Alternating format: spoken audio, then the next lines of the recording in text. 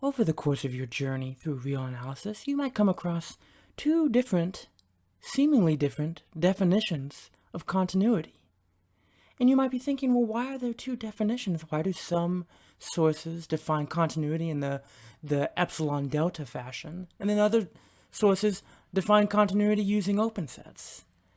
Well, it turns out that all of the results that I can glean from defining continuity using the Epsilon-Delta definition, I can also get those same results from defining continuity using this open set definition. And moreover,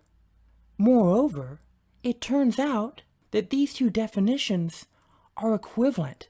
That is to say, this definition implies definition 2, and vice versa, definition 2 implies definition 1.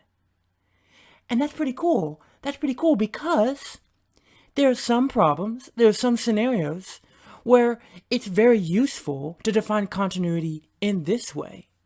And then other situations, other scenarios where it's nice to have continuity defined in this way.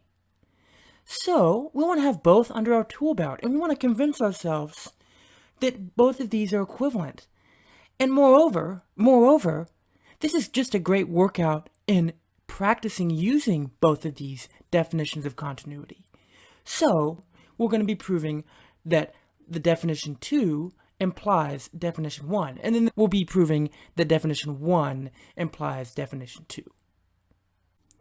So let's dive right in. So our goal for this direction of the proof is to prove that assuming this definition 2 to be true, then that implies that if U is an open set in y being the codomain of this function f, then that implies that the inverse image of U under f is open in X.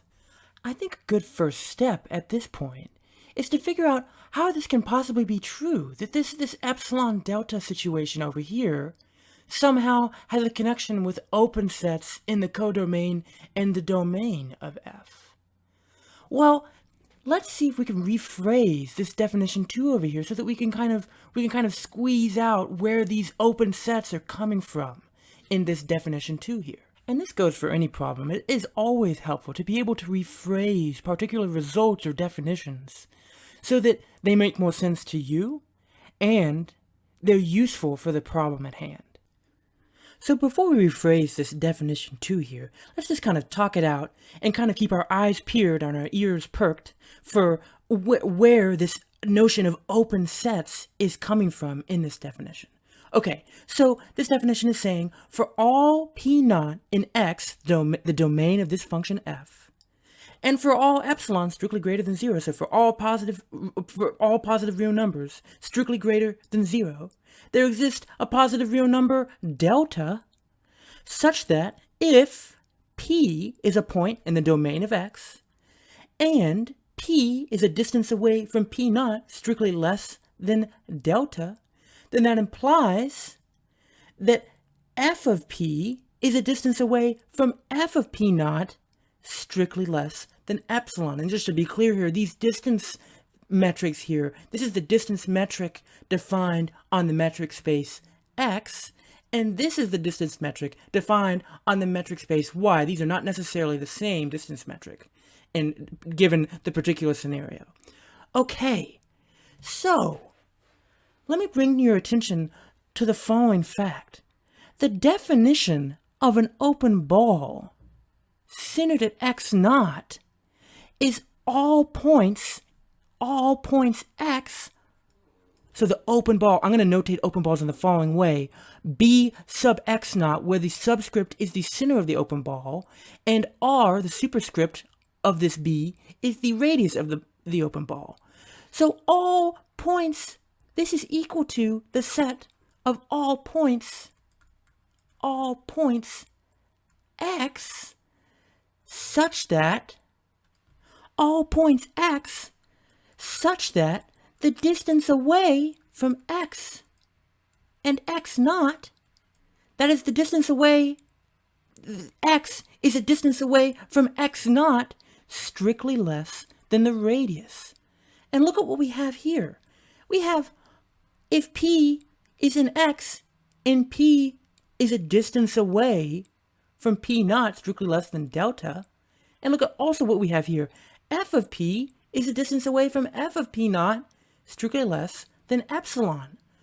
So we could talk about the open ball centered at p naught and radius delta, and the open ball centered at f of p naught and radius epsilon. So let's kind of draw this out and see what's going on here. So if we have our domain x, and our codomain y, and f is a function that maps from x to y, then what this is saying is that given any radius of an open ball centered at f of p naught, so here's my open ball centered at f of p naught, and this is for any p naught in my domain x, given any radius of an open ball centered at f of p naught. So for an open ball centered at f of p naught as small as I want it to be, there must exist a radius delta such that the open ball centered at p naught and radius delta,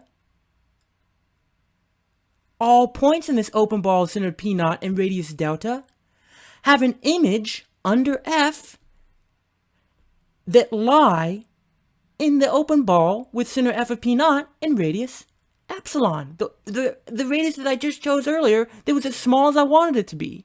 So given any radius of this open ball, there must exist a radius delta such that all points in this open ball, all points p in this open ball, map to a point inside this open ball.